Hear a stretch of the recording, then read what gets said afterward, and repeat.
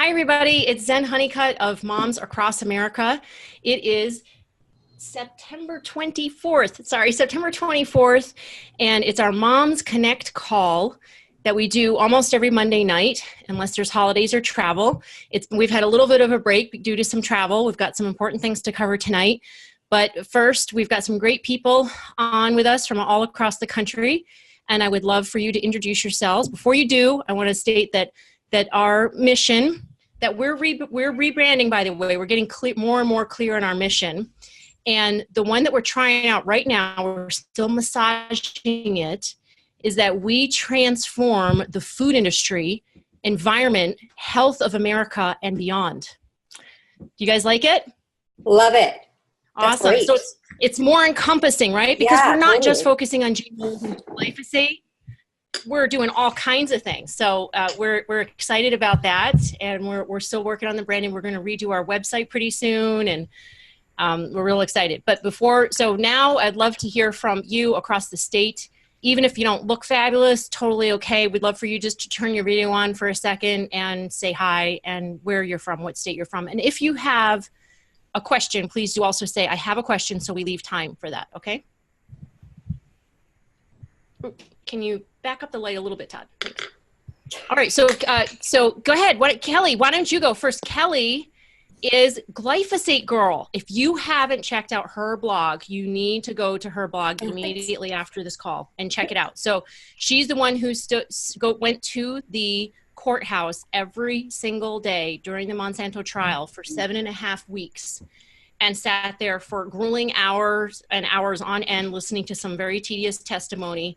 And she did this because she had health issues. She said, I'm going to get better somehow. She found a way to get herself better. She knew that GMOs and glyphosate were involved. And she asked herself, what can I do? And she realized, because she's not too far away from the courtroom, this could be her contribution to the cause. She could go there and withstand the testimony, all of the information, and somehow interpret it and get it down and translate it to people. So this was a huge act of service to humanity. Oh, thank you. And I want to thank Kelly for being on with us tonight. So can you say a little bit more about yourself? And yeah, so I'm Kelly Ryerson, and I was only Glyphosate Girl for some time because I was a little worried about being public about the reporting, but eventually I thought, well, I mean, they probably, first of all, already know. For me. Can you hear? Yeah. Okay. And so now I also go by my name. And since the verdict, I have been there have been a lot of people who have reached out, which is fantastic. And it is very much ongoing. And so I'm regularly reading whatever is filed. And I really can't talk to the lawyers, even the plaintiff lawyers, because they shouldn't really be talking to me. And so that's kind of a line that's been drawn, which is frustrating because I want more of their inside scoop, but I'm tapping around, I'm reading every document that they're printing, just scouring it for any details that might be interesting for the cause. And on October 10th, it's going to be a really big day because Monsanto has filed for Judge Bolanos just to completely dismiss the entire trial like it never even happened. Or second, to appeal for a new trial, which I imagine is what's going to happen. But I feel really sick to my stomach because everything just seems so screwed up on this issue that I really don't know what's going to happen. But as of this morning, hang on a second. And that's October 10th in Sacramento or San Francisco? In San Francisco. Okay. Yeah, same courtroom. Okay. That tiny little courtroom. And then as of this morning, there was a conference call for the federal side of the trial for those lawsuits. And I think that one, we thought it was going to be maybe 2020 by the time there was going to be a federal lawsuit that actually went to trial. But the judge said, let's get the show on the road. And now at the end of February, I think it's February 25th, they're going to start with a plaintiff who is yet to be decided upon, but it will be probably a single plaintiff, or there's also a couple that both got sick and they're going to die soon, so they may be expedited. So we'll see. That's what's keeping me busy. Great. And what date is that they're going to decide that?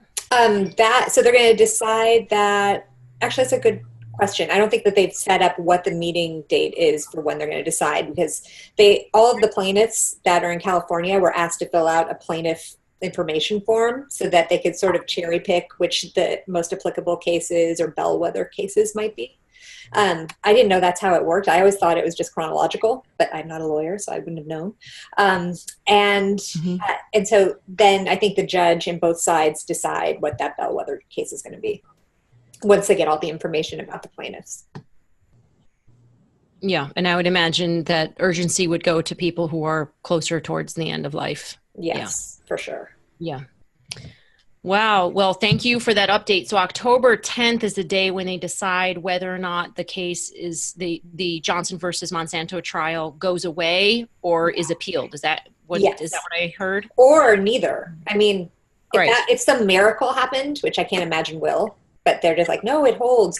I think it actually, the very least that could happen is that would still be okay, is if they decrease the amount of the punitive damages, because it does seem that it was exorbitant. Well, I think that he deserved every penny of it, but the precedents show that may be too much just by virtue of other settlements that have happened in the state of California.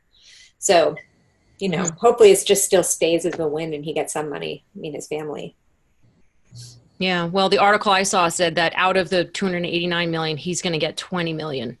Yeah, isn't that insanely small? Really not too much, I don't believe. No. Especially when they make $62 million a year just on the 2% interest of their net worth. So, well, how can that be, Zen? So their net worth is whatever it is. Do you remember the number, like 300 something? I don't even remember off the top of my head. It's something nuts huge. It's like 6.2 billion or something. Yeah. I don't know. Don't quote me. Of like cash, I think that they had on hand. It was not that high. Of course, now it's bare, but if you figure just a 2% interest, they're making $62 million a year for doing nothing. Right. So what Brett Wisner, the lawyer, asked for was 6 years worth of that interest, because he said they don't deserve to be making money on something that they're lying about, basically, hiding the fact that it causes cancer. So he should get 6 years of that. So that would have been 450 million or something like that. And the jury decided 250 million. So, and there was one person that voted against that amount. And I'm holding on to the idea that person wanted to say 450 million. I know, me too. I hope. Yes, I totally. Don't you think? So. I think that's. Yeah. I think that's what it was. Yeah, completely. But So, don't you agree? Yeah. No, I really think so. And you know what? She was the one who voted against it. Was like the head juror that led the deliberations. And so I feel like to take on that role, you must feel pretty passionately in the first place. So maybe she was like the 450 person, It'd be great to think. Yeah, that would be good to think. Well, maybe someday we'll actually get to interview some of these jurors. I think we will actually. They have been told not to talk to anyone, even me, even though I guess I gather that they had a lot of fun reading back like what I saw, because it was very similar, fortunately, to what they saw, at least the lawyers told me. So I think as soon as like this portion of it passes, then we'll be able to talk to them, which is great. Great. Okay. Can't wait. So after October 10th, and if you have any pull with the lawyers, seeing as you were in the room with them for 7.5 weeks. Truly. I know everyone's bad habits. But please do let them know that we would love to interview them, like with you too. It would be great, seeing as you were there, because you could ask the questions that you were wondering while you were there. Will there be a live hearing, I wonder, about that? They don't seem to ever do that. Like Monsanto makes sure that this is as hidden as possible. But the verdict was live. Yeah, the verdict was live. Yeah. But the actual in-between part, they said, was just proprietary information or whatever, not open to the public, so they couldn't. But yeah, that would be nice. And by the way, that is exactly why the first day I went and I was surprised no one was there. And I was like, oh no. And then I heard that they weren't going to be televising it. And I thought, all right, well, here goes my summer. We'll start typing it. Thank you so much, Kelly, for being there. And if you haven't checked out glyphosategirl.com, right? Yeah. Blog, please do. Her writing is delightful, if you can say that about a lawsuit. It really is delightful. She comments on people's hairstyles and what they're wearing and, their personalities, and it just makes it palatable. So thank you so much. Sure. Awesome. All right. So Carol, why don't you introduce yourself? Hi, I'm Carol Grave, and I am the board secretary at Moms Across America. So loving that. And I'm also the host of Food Integrity Now, an internet talk radio show that I've been doing for the past 8.5 years. So awesome. Carol has talked to all the people that you wish you could talk to in this food movement and interviewed them very expertly. And she has an interview coming up. Would you like to say who that is? Sure. I'm interviewing Tom O'Brien about his new book, which I've been reading. It's phenomenal. You Can Fix Your Brain. What I love about this book, well, he also, he quotes Stephanie Seneff. I don't know if he's quoted you yet because I'm not through it, even though my interview's tomorrow. I got it in the mail a day ago. Great.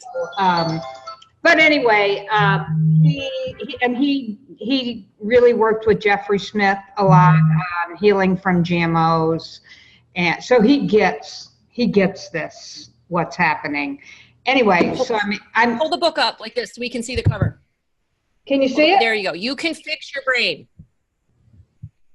You Can Fix Your Brain. Don't we need that in America today? There's a lot of people that need their brains fixed. And so far in reading it, it's very easy to read, and he's kind of got a step-by-step plan of what you need to do. And so it's all in here. I love this book. So I'm really excited about the interview tomorrow. Awesome. Thank you so much. And then Jessica, do you want to introduce yourself? And a little bit later, I want you to give us the full details on or actually you could do it now if you want, but give us some details about that meeting that you had today that I saw that you posted about. Okay, so I'm Jessica Denning. I guess I'm West Coast Director of Moms Across America because I'm here in Sacramento and we're able to get a lot done, just like Kelly found out when she was by the court hearing, just because of location. And it has been really amazing. So today, I want to tell you the momentum from the court case is so huge that now is the time to go local. So we went the last 2 school board meetings and used our 2 minutes to ask to put it on the agenda about the use of Roundup in the district. And I asked for the pesticide use reports, which are filed monthly in California. So, and then the, here comes Carol. Hi, Carol. And so, I have bread in the oven. Go ahead. Your kitchen looks just like my kitchen. We have a 1-room house.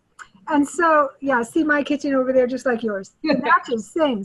Okay, so today we sat down with the assistant superintendent for maintenance and the manager of the maintenance and facilities, which is huge in a 60-school district. It's a $400 million budget, and it is 46,000 students. And he was, just in total shock because he was expecting just me. And instead we had Kathleen Halal, who happened to be up, and we had Dr. Kelly Sutton, who's an awesome woman. And we had Diana Ruday, who's our lobbyist, our advocate, that we've taken to the legislature. So, and we had this adorable mom, Jessica Thompson, who just made the day because she had a kindergartner that walked over Roundup going to class. And they had just sprayed. And, it only takes a mother with a child in the fight to change the district for thousands of children. And so Jessica was perfect.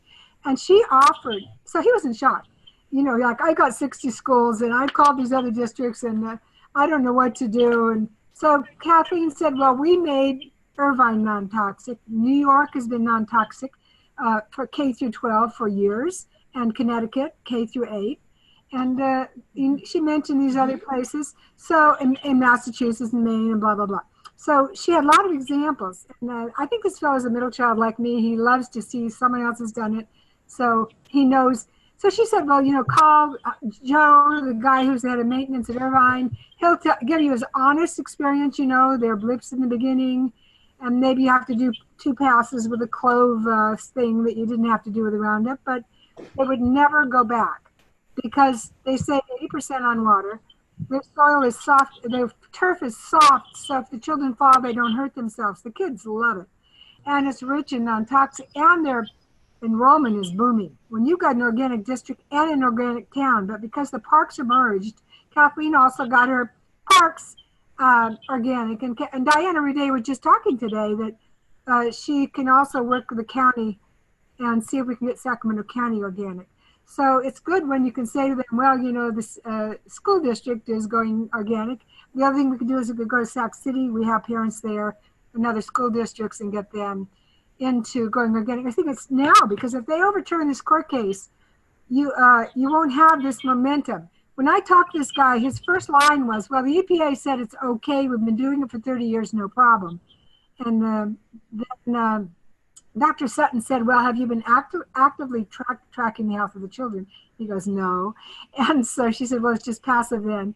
And, you know, he knew it. He knew it. It's just that he's only heard from the Monsanto reps. And when Kathleen Halal said, well, you know, we have a product list too. You can trade one product for another. We'll bring in trainers.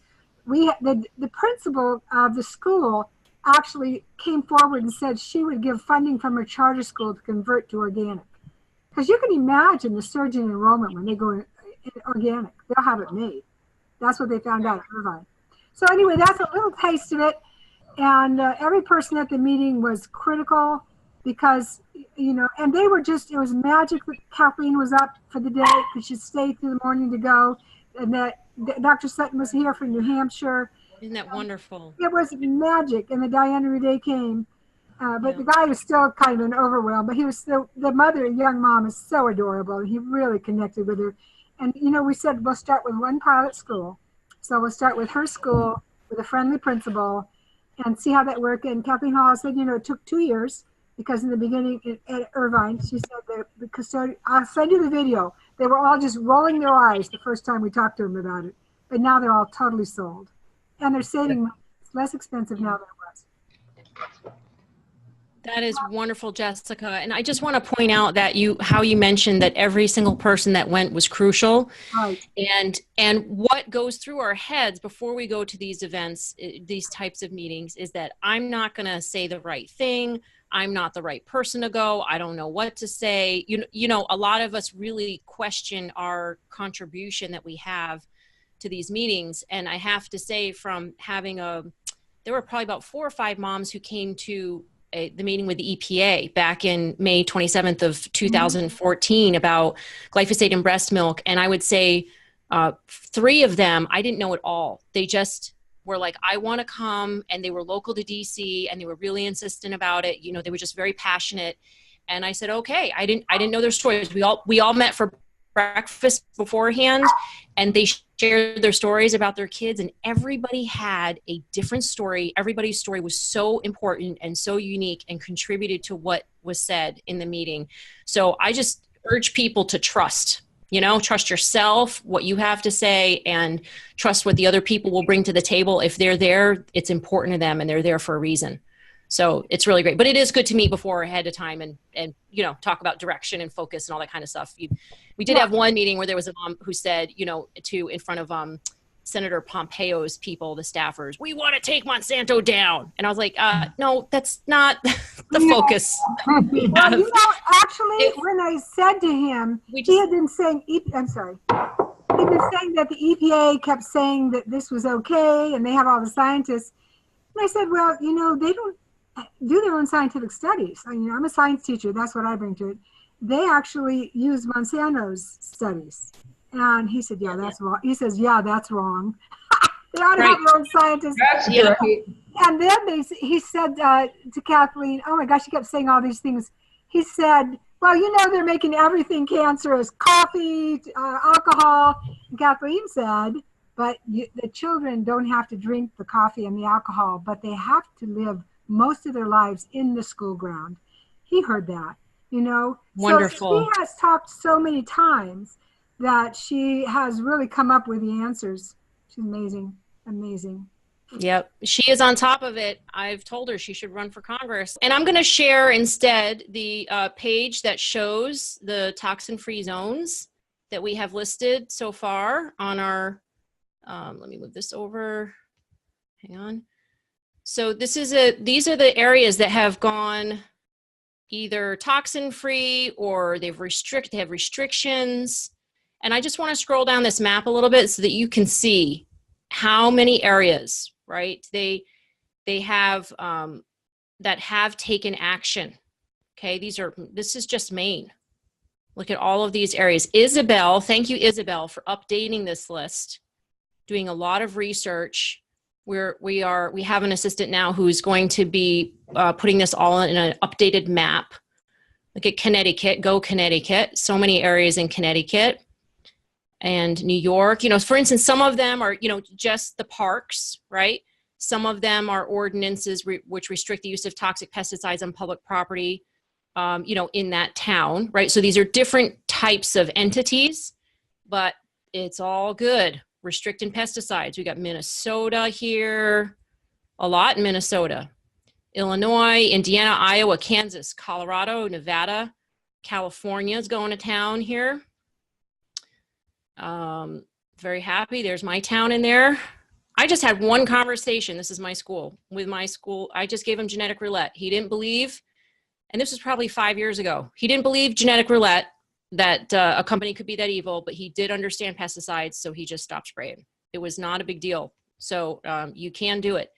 And then also by July, actually, our town will be organic. So and we're really excited. And there's a lot of homes here. California, Florida, Oregon, Washington. Look at this. Isn't this exciting? New Jersey. Lots of places in New Jersey and Virginia. So 197, folks. I thought it was over 160. It's actually 197 right now. And this is being, you know, updated as much as we possibly can and as often as we can. Hang on a second. Let me move. How do I move this? Okay. And so very exciting, right?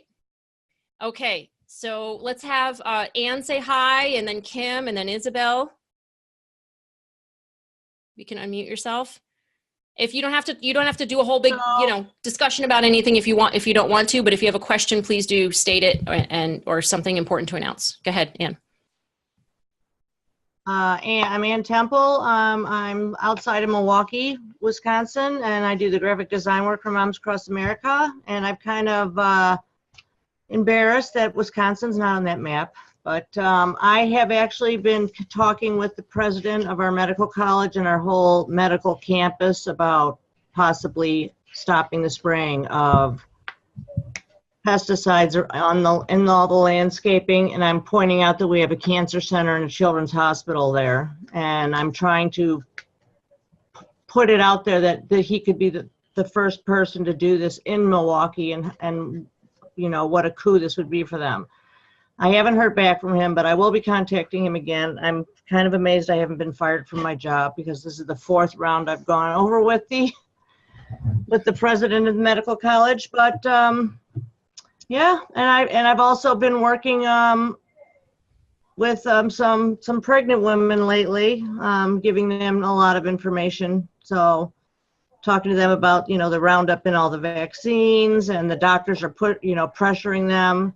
One friend of mine's daughter, a doctor want her to get the DTaP while she's pregnant, so she can build up immunity. So yeah, so I've been working a lot on that and just spreading the word.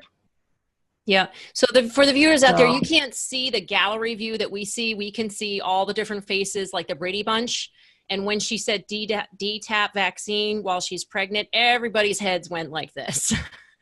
So if you have a friend out there that is pregnant or considering getting vaccines while they're pregnant, or, you know, giving their infant, you know, 3-month-old infant vaccines, please do ask them to look into the ingredients, look into the CDC recommended schedule, how much it's changed, and what's actually in vaccines, because I think that they'll be shocked and they may make a different decision that could protect their child's life, right? So please do reconsider that. Thanks, Anne. Appreciate it. And then Kim. Sure. Where are you from? I am in Melbourne, Florida, so I'm just outside of Orlando on the Space Coast, the east coast of Florida. Mm-hmm. And I am a integrative nutrition health coach, so I work with people to teach them on the dangers of the food supply and how they can transform their health by eating healthy. And is that with INN? Yes, that's with IIN. Yes, Awesome, I released great. myself about a month ago. Yeah. Great program. By the way, do you know that INN grads get discounts to Landmark? Have you heard that? No, I haven't heard that. I'm not even sure what Landmark is. Okay, so check out Landmark Worldwide. I had somebody ask me today about how they could be a better speaker, how they could maybe, present themselves better and be with people, not be so nervous about being with people, and just the gestations of their hands. Like, they wanted to be a better speaker. And I said, Landmark. So, Okay. just check it out, and INN grads can get a discount to that. It's probably the best thing I've ever done, except for marry my husband and have my kids. Wonderful. Well, thank you so much for the recommendation. I appreciate that. Yeah, thank you. And it's all over. I'm pretty sure they have one in Miami too. Okay, wonderful. Can I add something to that, Zen? Yes, Carol. I love Landmark too, but there's also a program in almost every major city that really helped me with my public speaking too, and it was free, and that is called Toastmasters. Yes. Yep. So they, I just used that word so. They would have blipped me on that, but they do it in a very gentle way, and it's phenomenal. I totally got rid of my public speaking fears and was really empowered. So just wanted to throw that in there. Thank you. That's awesome. Thank you. Yeah, and they're available. They're everywhere too. Very awesome. This is Jessica, and Toastmasters is amazing. But I did Landmark, and gave me a different level of living my life, that I'm much more present with everything I do. It just allowed me to see how, when I was 2 years old and my stories I had, I'm still being a 2-year-old, and I get to see how cute other people are being. So it's a way of being able to connect with people. I love to connect anyway and be more effective. But, both my parents have passed, and I had such precious times with them because of Landmark. You get to really complete so many things in your life that were incomplete and say what there is to say. And I know Toastmasters are wonderful. People that go there really get value. It's great. It's free. Yeah. Yeah. For me, Landmark's about who you're being, and Toastmaster is how you're doing it. Like, so there's different focuses.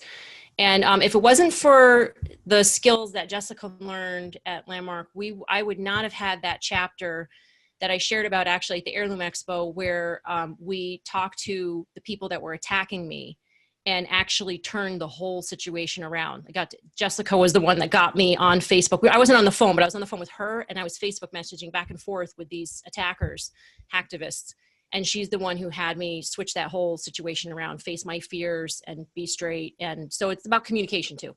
Anyway, then we digress a little bit about Landmark, but thank you so much for bringing that up. Awesome. So Isabel, can you say hi and where you're from and a little bit about yourself? And thank you so much for doing the research to update that list. It was fantastic. You're welcome. You're welcome. So hi, I'm Isabel. I'm from Connecticut, and I'm a mom and actively trying to get my town and my school system to go organic. So in Connecticut, we have the K through 8 that they don't use pesticides, but they use other chemicals. I found out. So I'm learning a lot. Lisa is helping me a lot. Lisa Gimo, sir, I don't know her last name. And so she's helping me a lot, figuring out all the terms and IPMs and all that stuff. So really looking forward to going organic. And I'm also helping out a whole bunch of other moms in Connecticut that want to go organic in their towns too. So I'm like spreading the Moms Across America message. And yeah, so can you guys hear me? Because I'm on my phone. It's cutting out now and then, but you're supporting other moms in other towns. Yes, in Connecticut. To go organic as well. Yeah, in Connecticut. Yeah, so you went to Oxford, Connecticut with Jennifer Juster-Kozak. I did. Yeah. I forgot. And one time I said 2 moms, 1 meeting done. It was actually more than 2 moms, but it was 2 moms from that town, and then you came in from another town to support them. So that was really very cool. Thank you. to learn, to have the experience, to see how it is to be in a meeting. But it wasn't that much experience because it was so easy. That meeting was, it was like he was already wanting to change. So, but I learned a strategy, which I'll pass along to the other towns, because I think it's really, what I learned is really important to go in there with the solution, and that landscaper was the solution, because she was able to talk about what she was going to use. She was able to talk about a price, and so it kind of made it easy with that. So yeah, well, when you come with the solution to a problem, it usually is pretty easy, right? With people, especially if that person wants a solution, because the whole week before they had sprayed and they were having all kinds of people complain. So I do want to mention too that all those people complained because people like you and Jennifer were raising awareness for years, right? It wasn't like you just waltzed in and, you know, nobody knew anything about it and then you educated them on the spot and they switched. No, they knew all that complaining was happening because people were educated, right, beforehand. yes, so we've been using. So that's really great. Thank you, Isabel. Yeah, welcome. Great. So keep us up to date and help us, add those new towns in that go organic. Okay. Yes, I'm trying to fix my computer and then. Okay. Great. Thanks so much. I would love to try to work on Temecula, but I think I might have a really hard time because of the wineries. Yeah, well, the wineries have their own jurisdiction. The town is totally different. Okay. So, yeah, the town is, I mean, they can't, the town can't tell the people what to do on their private property. So I would not have that be a barrier. And I'm sure there are other people that are working, that may be already working on it. Just check on Facebook. Well, I mean, Lisa's so close. I mean, she can help me with that. So. Yeah, she could. She's got some plans. So we're going to get her. She has talking points too, or steps that she'd like to share. So we're going to get those steps written down too, so people can see them. Yes, Jessica. There is a really great handout or research thing on what the Roundup in wine tastes like. It tells you when you taste a wine how to tell which pesticides or herbicides they're using. You can look it up. You can probably find it online. But they're now finding Roundup in wine, and that's a big selling point that they don't have it. So going organic would be important for them as a business. Yeah, I know. Absolutely. All right. Thank you so much. Samantha, can you introduce yourself? From Arizona. Hello. Can you hear me okay? Yep. Okay, good. Hi, my name is Samantha Malinsky, and I'm one of the Arizona leaders for Moms Across America here in Arizona. I live in Cottonwood, Arizona, and we've had a lot of positive changes in our communities. One thing I wanted to mention was that I went out to support the wonderful non-toxic group in Tucson last week to speak to their city council and share my story and also represent Moms Across America. And they were very receptive. After the meeting, we immediately got an email saying that they were interested in looking at solutions and how quickly they could implement it. So go Tucson, right?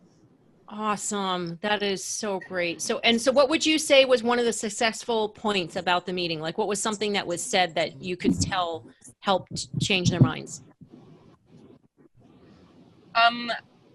Well, I would say Are you that, there? Can you hear me? Yeah. Yes, now I can. Okay. So I would say me sharing my personal story definitely gave weight to the need for removing pesticides from the community and the health implications that it directly impacts to specifically people and children specifically, as I explained what happened to my own family, as well as we had an entire room of experts ranging from physicians to pollinator specialists to a physicist. We had a bunch of experts there with us, and I think it really gave weight to the message that we were trying to deliver.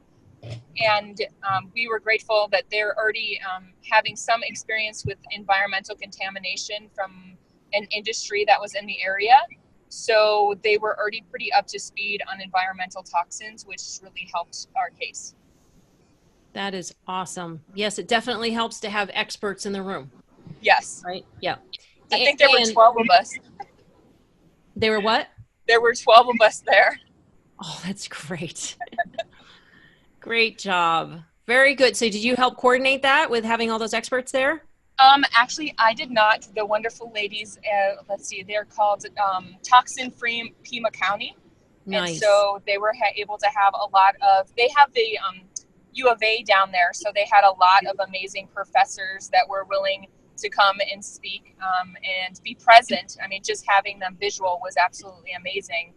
And I'm glad I was able to make it and drive out just to be there for their meeting. That's fantastic. And like Isabel mentioned earlier, it's really good to go to other towns' meetings.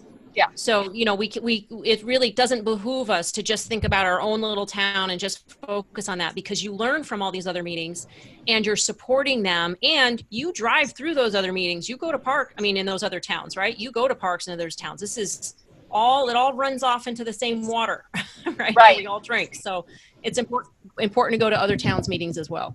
And then the second big thing that I have going on is I have a golf course that has agreed to start a trial on organic, and I'm also creating a conference to have some experts come in and teach them how to get the golf courses in our area to go organic. Great. So awesome. That's so great. Doesn't it make you happy that people are doing this? It's so encouraging. It's fantastic. Okay, so I'd like to hear from Frankie, but I don't know, can we hear from you? Thank you, Samantha. Can you talk, Frankie? She just typed a note, am out of town, but still trying to keep up with the news. Upon seeing that list of toxic-free zones, I'm thinking I should move back to Connecticut. Oh, right. I see. Yeah, thank you, Frankie. Yeah, there's a lot, or Minnesota, right? There's a lot of areas where people are taking action, and it's really awesome. We're going to have that map up very soon. It's so exciting to see that. So yeah, thank you everybody for working on it. How about Hillary? And then there's a 513 number. I don't know if that's the same number as Samantha or not, but Hillary, can you say hi? Sorry. Hello. Can you hear me? I don't have a great setup here. Yeah, we can. So yeah, I'm in New Jersey. I'm just, I have not taken this action. I really appreciate you all doing what you did. I just went to a program called the Suppers Program. It's more local to New Jersey, but they teach people how to change their health through food. And they just held like this half-day conference with the NOFA, which is the Northeast Organic Farmers Association. Mm-hmm. And both ladies were talking about GMOs and the effects on the hormones, and it was excellent program. That's right. So you went to the whole program to get certified? No, it was like a conference. They hosted speakers talking about different things. So that was with the what did they call it? Sourcing Locally, I think it was called. Sourcing Locally, and that's the Northeast Organic Farmers Association, right? Correct. Yeah, NOFA, right? Correct. Yes, and they also train people how to do organic land management. So we love that. Correct. Yes. And the speaker, actually one of the speakers I went to, was talking about the soil, and it was excellent. Yeah. Great. Well, thank you for being on. I appreciate it. Connecticut is rocking and rolling. Very good. Okay. So I think that's everybody. So we're going to, I'm going to go through just a little bit of the news. And I wanted to get everybody else to have everybody else to talk first. And then if you have anything else to say, you absolutely can chime in here. So this was the toxin-free zone map. And I want to bring people's attention to, oh, sorry, I should have shut off this thing that makes everything go to sleep. Just unlock everything here. So the petition, I just want to bring everybody's attention to this petition. We have for Home Depot's, Lowe's, and Costco. We want them to remove Roundup from their shelves. I'm sorry, my computer has a bad internet connection. We are at over 82,000. I know it says let's get it to 150, but I'm totally fine if we get it to 100. Oh, Michael Hansen signed 28 minutes ago. Wonderful. He's from the Consumers Union. Great. If that's the Michael Hansen I'm thinking of.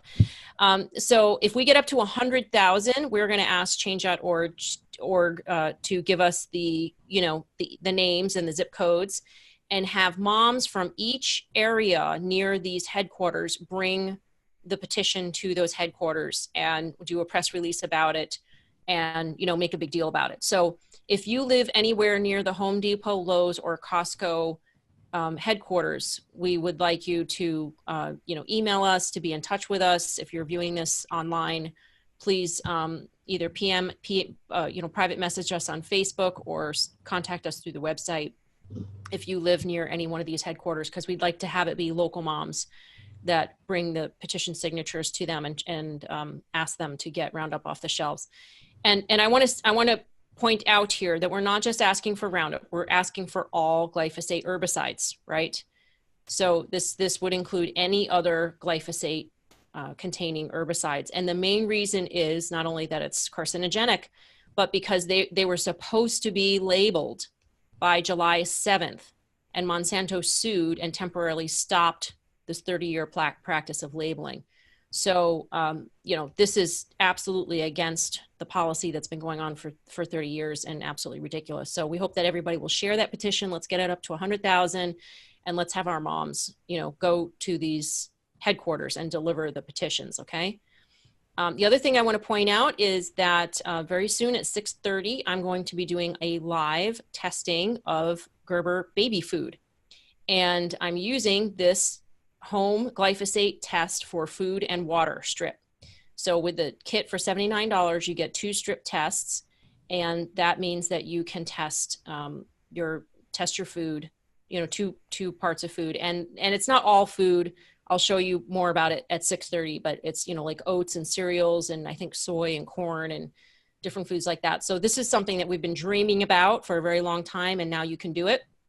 And this is also this is through, and if you click on here, it's an affiliate through Moms Across America. And I don't know, Moms Across America gets, I don't know what, $10 or a certain percentage, maybe 10% or so. I don't remember what it was. I don't handle the affiliates, but it does support, it can, part of it does support Moms Across America and our programs.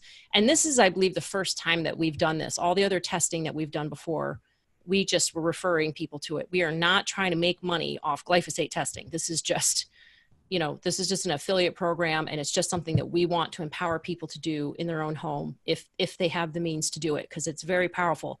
When I saw that there was glyphosate in my son's urine, that's what had me go 100% organic. Before that, I thought, oh, it's okay, just a little bit, No, this changes everything when you can see what's actually in your food and water or in your bodies. And I'd like to add that I just got my results back today, and I really expected it to be non-detectable, but it wasn't. It was 0.38, and I eat really clean. So, I mean, yes. I'm lower than the average. I think mine was about the same, to be honest with you, from what I remember. Maybe 0.35 or 0.37. Yeah. It was somewhere around there. And, so here's the thing. Your results were higher than Europe's, but lower than the national average. And to me, that makes sense because you're eating very healthy, but we have a lot more glyphosate use in the United States than Europe does. We're going to have higher chances of contamination. Okay. Yep. And so, the test that you did was a urine test. And so that was that blip in time. You could have had glyphosate, in something that you ate the night before, but this hair test, if you do have the means, I know it can be pricey, but if you do have the means to test for glyphosate in your hair, I have not done this yet. I have the test. I just have not taken the time to do it. But if you can test for glyphosate in your hair or agriculture pesticides and glyphosate test, right? Combined, it costs up to $4.99. It can be pricey, but if you can do this, then you get a reading for what's in your body or your hair for the past month. Yeah. So it's going to be much more, meaningful, I think. So if you can afford this would be fabulous. So that we're going to do that testing tonight at 6:30. It will take, I think, about a half an hour because there's delays in between, for you have to wait 10 minutes and all that. But we'll answer questions and we'll talk about other stuff. It'll be fine. Okay, so then if you do test and you find there's glyphosate in it, we had somebody who asked us, you know, everything is contaminated with glyphosate. What do I do? She asked this question about, you know, Quaker Oats and Bob's Red Mill, which I'm pretty sure people saw in the news that Bob's Red Mill organic oats was found to have trace amounts of glyphosate, which is very disturbing. So we answered her question, you know, basically very simply, you know, you can stop eating or the oats, or you can switch brands and you can test the other brand with a home testing kit, or you can switch brands and don't test, just hope that it doesn't have glyphosate and have raw organic apple cider vinegar or kombucha every day. And this is because these 3 things have acetobacter in it, which if you click on this link, it takes you to the study from Nigeria that shows that acetobacter degrades glyphosate. And then you can also take action, right, to get glyphosate banned. If you could mute, please, Carol, that would be great. Or whoever's, okay, thanks. Me. So if you can also sign up for Actions Alert and take action. You can ask, you know, Roundup, and you can ask Home Depot, Costco, and Lowe's to remove Roundup from their shelves. And you can also ask the EPA to revoke the license of glyphosate. So this is a good article to send people to who are kind of stressed out about what's going on. Oh, here's the scientific study that shows the acetobacter. Sorry, just so you can have an image that it's a real study. It actually came out a long time ago, 2010, and nobody that I know of knew about it until I asked Stephanie Seneff about it, because I found out in South Korea when I was there speaking to people at a GMO conference that this study existed, that Stephanie Seneff put the information out about this. So this is another reason, like, why what you and I and, you know, Carol, what you do and what all of us do with sharing the word about this information, why it's so important. It's so important because the average American does not go to a scientific journal, right, and look at this information. We have to have social media. We have to have people like, you know, Carol or me, or, you know, there's several other groups that read the scientific studies and then put the information out in a way that makes sense to other people. So, you know, this is, 8 years that I didn't know about it, that was out there. So it's really I wanted to add one thing too. When we were at the Heirloom Expo, it was great to also get a little bit of a confirmation from Don Huber about the acetobacter and the apple cider vinegar. He was all about that. So that was great to hear that as well. And he said the sauerkraut juice, right? Yes. Is been showing to degrade it in the soil. And he distinguished between degrading and accumulating. So a detox product is going to accumulate, right? It's going to attach onto the molecule and pull it out through the feces or the urine. Now, the problem with that, I mean, it's good to get it out of the body. It's effective in getting it out of the body, right? But the problem with that is that it's the glyphosate molecule still going to exist in the water, and it's going to come right back and cycle right back into our water supply through the sewage and, you know, the water supply. That's a problem for life on the planet. So the other way is through the acetobacter, the sauerkraut juice, the apple cider vinegar, and the kombucha. The acetobacter actually degrades it, meaning it breaks it up into non-toxic components. The body absorbs it and it's gone. And when it absorbs it, it's not harmful because it's totally broken up. The molecule is not glyphosate anymore when it's broken up. So that's really awesome that Mother Nature gave us this solution. And I don't know about you, but I'm drinking kombucha every night, practically, eat sauerkraut almost every day. And I'm amping up my apple cider vinegar. So really wonderful news to hear from them. So yeah, when you asked Dr. Huber about the, I think it was the oyster mushrooms, that was a great example because he said it pulls it out of the soil, but it doesn't dissolve it. Yes. So then you've got to dispose of these mushrooms that are loaded with glyphosate. Yeah. Right. Yeah. Really. That was a really good point. I just love talking to people like people like Dr. Huber because they're just been doing this for decades, and it's they get it. Yeah. And then, so of course I do also need to mention that our Health Solutions store has a product called Restore on it. How come I'm not seeing it right at the top here? It's up there. Oh, it is. Okay. Well, so it's this product called Restore. And there are some activists out there that are sort of angry that we're promoting this product because they're saying it doesn't detox glyphosate. Well, I just want to be clear. We never said that Restore detox glyphosate. Okay. I want to be very, very clear about this. What it does is, okay. So what it does is was shown, and you can see this in the blog, I believe they have a video and photographs. The tight junctions of the gut are like this, right? When glyphosate gets on them, they open up and it can create a leaky gut situation. When when Restore is put in your stomach, right? When you ingest just a little bit, teaspoon, half a teaspoon, whole teaspoon, whatever, in your gut before you eat is the most ideal time, 30 minutes before. It zippers all the tight junctions back up together. And then if you put glyphosate back in, say you eat a piece of bread or an hors d'oeuvre at a party, right? And there's glyphosate on it, nothing happens.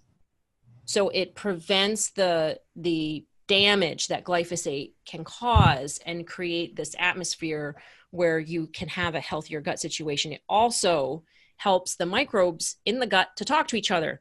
So an example might be, you know how you've got a household of kids, teenagers, and adults, and everybody's on their own device? They're not talking to each other, right? Well, Restore is like you put down all the laptops and everybody looks at each other and they're sitting and they can talk to each other now. And so the microbes talk to each other. The thing is about that, just like a family, sometimes they say things you don't like, right? So these microbes are talking to each other and they're saying, wait a second, the pancreas needs attention. And another microbe says, no, the liver needs attention. The other one says, no, the gut lining needs attention. So all of a sudden now your gut is clenching up because the microbes are all saying this needs attention and that needs attention. So some people think they're having a reaction to Restore, and they're not. Their microbes are actually able to talk to each other for the first time in a very long time. And the body is noticing that there is stuff going on that needs help in the body. So Zach Bush says, don't stop taking it. Just take a smaller amount and pay attention to your gut. Put all those good microbes in your gut. Yes. And I just unmuted you. Hang on. Wait. No, I didn't unmute you. Did you touch something? Okay. No. And I can't unmute you. If you can unmute yourself. Yes, Jessica has a question. Okay. Yeah, I would. Go ahead.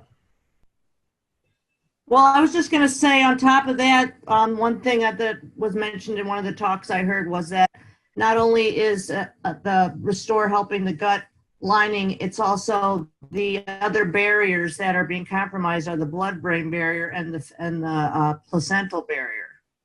So yes, not just gut. Yeah, blood-brain, placental, all kinds of membrane. I mean, all membranes and cell walls of the whole body. It can impact the whole body. Yeah.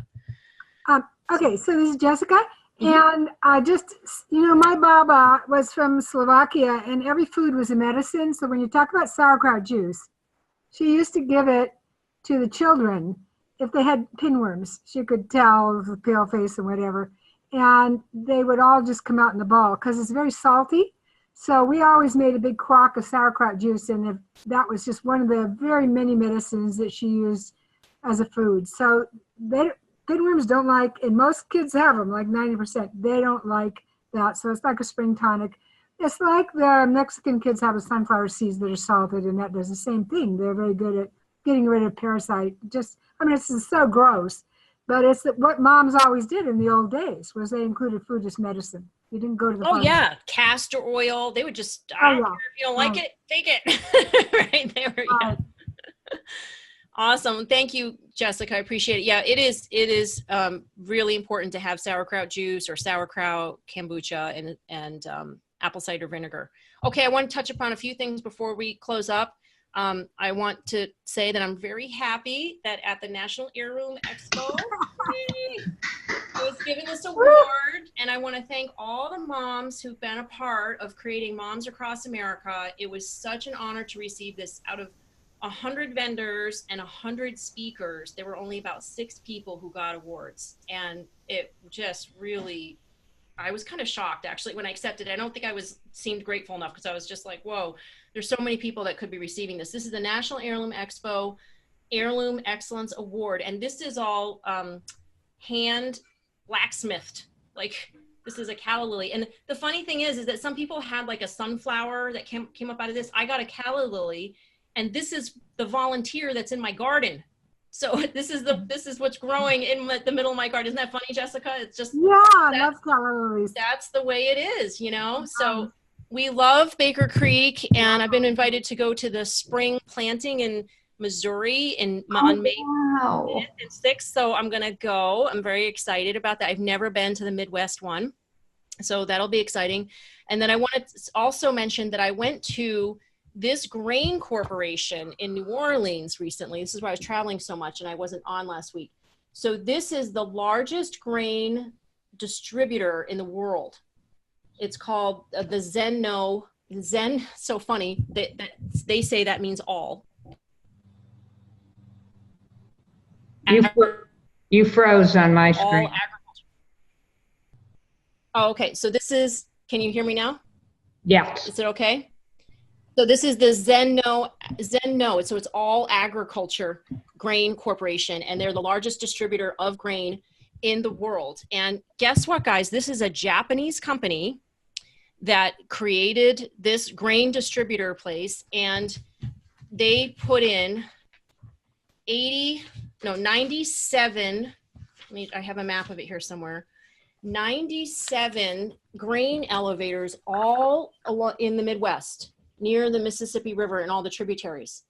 So they paid for this, right? These are their elevators, and they collect the grains from all around the US. It goes down the Mississippi River, down to the Zen-No distributor, and they distribute 60,000 metric tons a day in these gigantic, like they're the size of a cruise ship, but they're not double decker, right? They're just huge.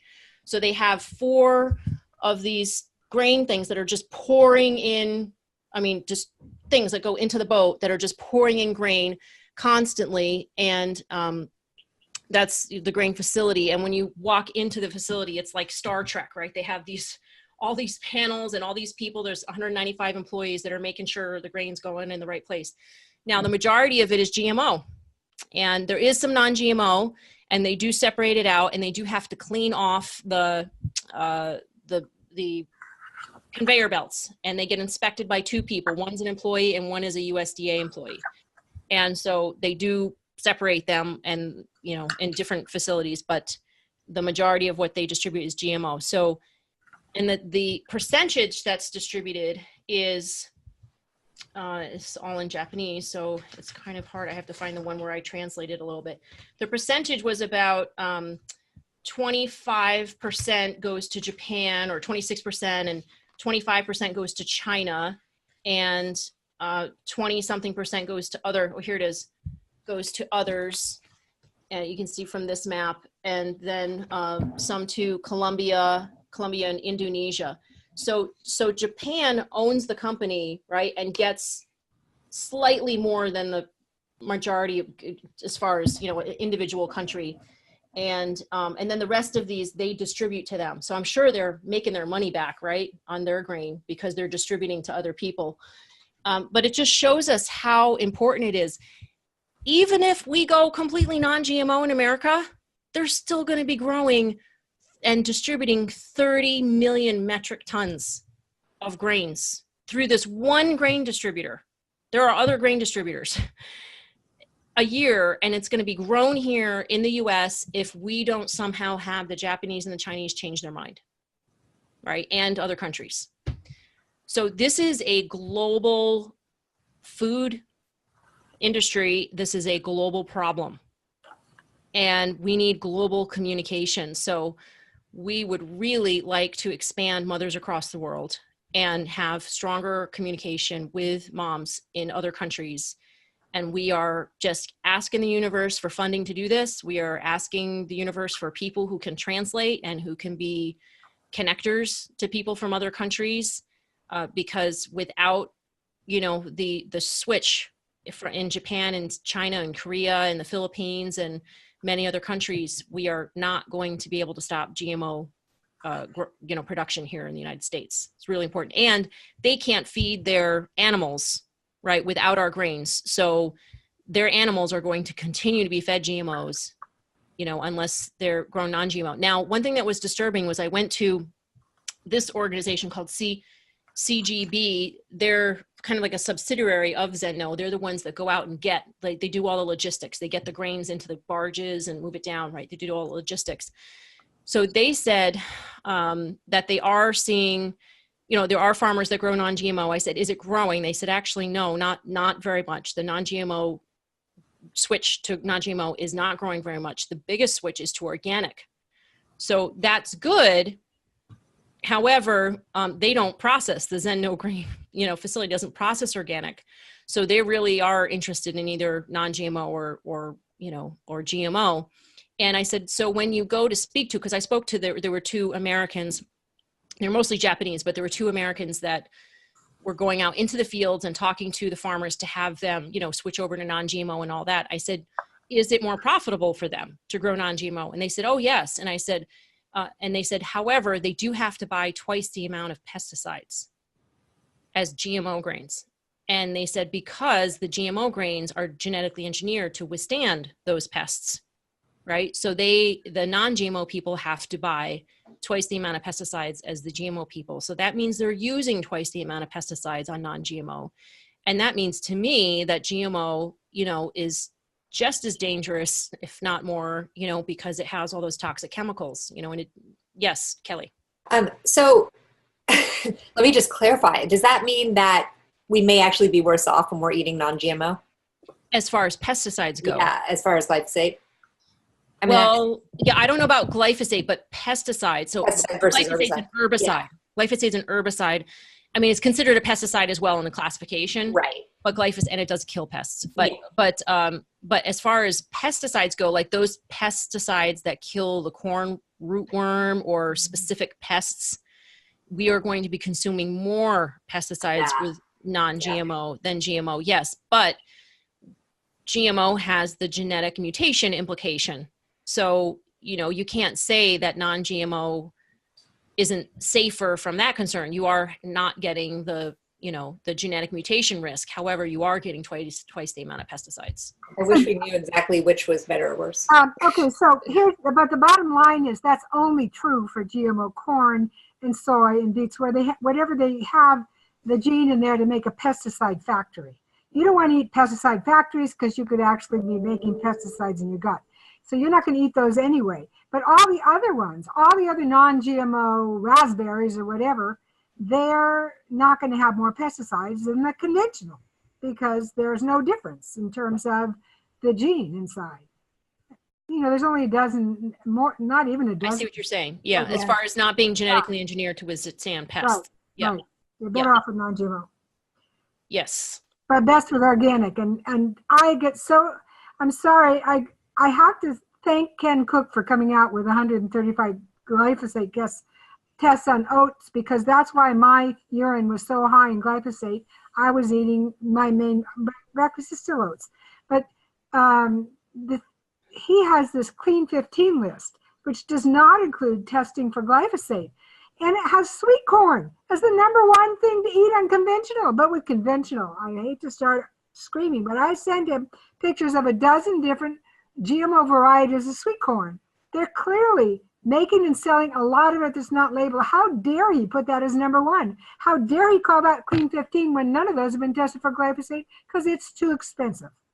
He just does the test for all the others. Yep, it's very disturbing. We put out an article too. Yes, throw out your Cheerios and Quaker Oats, because EWG put out an article saying basically no, don't throw them out. That exposure only, harm only happens to exposure over. Thanks, Carol. I know you got to go. Harm only happens over long-term exposure, and that 160 parts per billion is considered safe from their new safety standards. And we absolutely do not agree. We think that's it's actually irresponsible and flat out inaccurate and incorrect, because studies have shown that 1 parts per trillion shows to stimulate the growth of breast cancer cells. So how you can say 160 parts per billion, which is, I don't know, is that hundreds or thousands of times more? It's it's more. It's, Eat organic. If you just eat organic, you'll avoid, in most cases, the glyphosate. Rather than putting out the clean 15, eat conventional. No, eat organic. That's the message. yes. Yeah. Or that needs to be- biodynamic, even better. Yep. So, yeah, very, very disappointing. But we hope they do better. We hope that everybody communicates. That's why we've been putting out a hashtag no safe level, and then of hashtag glyphosate. So we are hoping that that will raise awareness a little bit more, and people will, choose organic, encourage their growers to grow organically, and ask big retailers to stop selling Roundup and glyphosate-based herbicides. And also, if you haven't called the EPA lately or emailed them, it's always a good day to call the EPA and tell them you want to, have them revoke the license of glyphosate. I'm sure that Neil and the team there would love to hear from you. So please do give them a call. So, but be polite. Okay. He has said he's had death threats. And I said, you don't think they're happening from our moms, do you? Those are from the corporations that don't want you to do your job. They want you to be afraid. They're not from our moms. Our moms just want our kids to be safe, and we're going to be nice about it, but we're going to be firm. That's what we want. Okay, well, I appreciate seeing everybody tonight. Anybody else have anything else you want to say before we go? I've got to sign off. I've got a recording at 6:30. I need to get ready for. No? Okay. Well, nope. Kelly? Yeah. I'm good. Okay. Well, please keep us up to date, Kelly, and come on whenever you can. We love hearing from you. And everybody check out glyphosategirl.com. Go to momsacrossamerica.org and check out Action, Toxin Free Town campaign if you want talking points on how to get your town free of glyphosate and toxic chemicals. And also check out my book. It's pretty awesome, and I hope you like it. And I'm going to be on the radio tomorrow morning. We'll be posting the link for that as well. And then we'll see you at 6:30 on the Facebook Live, I hope. Take care, everybody. Thank you. Okay. Bye. Bye-bye.